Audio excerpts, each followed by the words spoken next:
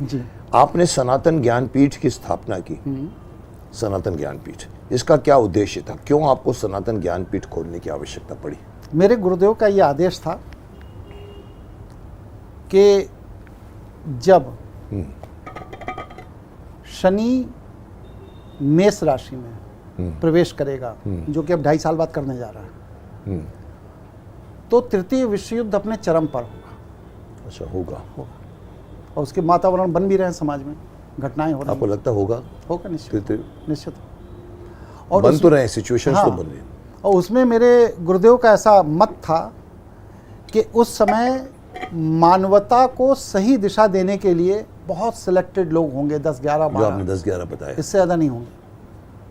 बाकी ये जो आज 2.5-3 लाख आदमी जो संगम के किनारे पड़ा हुआ है, ये लोग या तो काल की अग्नि में प्रवाहित हो जाएंगे और या फिर ये सब भाग खड़े होंगे। हाँ, इनके पास तो वो कुछ है नहीं। मेरे गुरुदेव ने मुझसे कहा कि महाभारत का युद्ध होगा, इसे कोई नहीं रोक सकता। इसमें तुम्हें कौरव की तरफ से लड़ना है या पांडव की तरफ से लड़ना है, ये तुम्हें अपने विवेक से निर्णय लेना है। लेकिन अगर तुम्हें धर्म की रक्षा करनी है और ईश्वर के निर्देश पर लड़ना है, तो अपनी संख्या को बढ़ाओ। संख्या में ही पावर होता है, संख्या में शक्ति है।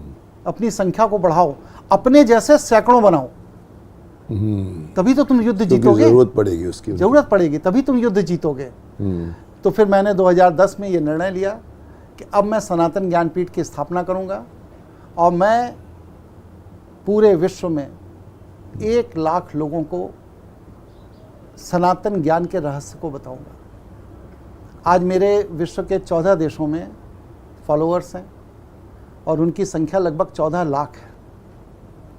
और मैं हर सैटरडे संडे 2.5 घंटे का सनातन ज्ञान पर क्लास लेता हूँ। बहुतों का कंसेप्ट क्लियर हुआ है, बहुतों ने अपने जीवन को बदल लिया है।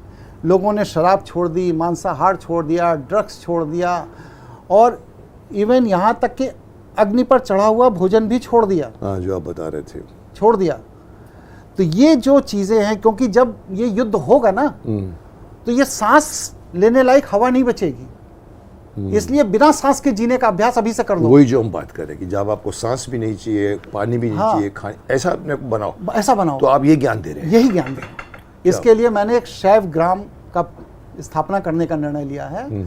उसमें मैं प्रैक्टिकल करके दिखाऊंगा कि आओ बैठो और 30 दिन में देखो हम तुम्हें बिना पानी के जीना सिखाते हैं, बिना अनाज के जीना, विदिन 30 डेज बिना अनाज के जीना सिखाएंगे और बिना, अगर तुमने 90 दिन ये अभ्यास कर लिया तो बिना सांस के जीना सिखा देंगे। वही मतलब आपने श्वास रहित जीना सिखाना, क्योंकि उस समय इतना पोल्यूशन होगा पूरी दुनिया में, आपका रेडिएशन होगा, आग लगेगी। अब जैसे लॉस एंजल्स में इस समय घटना घट गई है, हाँ देखो, पूरा सब तहस नहस हो गया। तो अब उस परिस्थिति में, अभी तो लॉस एंजल्स, अगर ऐसा पूरी दुनिया में एक साथ होगा अहम की लड़ाई में, तब तो आपके पास ऑक्सीजन लेने की जगह हवा ही नहीं होगी, ऑक्सीजन सिलेंडर ही नहीं होंगे। तो आपको ऑक्सीजन नहीं चाहिए, नहीं चाहिए। इसके लिए आप तैयार करें कि इतना समर्थ बनाना है। और वो आपका मकसद ये है कि आपका मकसद वहाँ क्या है, क्या करेंगे वो लोग, क्या करेंगे वो लोग? अगली पीढ़ी को बताएंगे, अगली पीढ़ी को वो लोग अगली पीढ़ी को बताएंगे कि हमारे पूर्वजों ने जो गलत निर्णय लिया उसका ये परिणाम है, इसलिए तुम सही तरह इस तरह जीवन जियो। मतलब आप उन लोगों को सिखा रहे हैं कि जो क्योंकि विध्वंस तो होगा, हाँ, मरेंगे लोग, हाँ, लेकिन कुछ लोग बचने चाहिए, जो बचेंगे, जो आगे सिखाएंगे, उनको मार्गदर्शन तो मिलेगा, मार्गदर्शन चाहिए।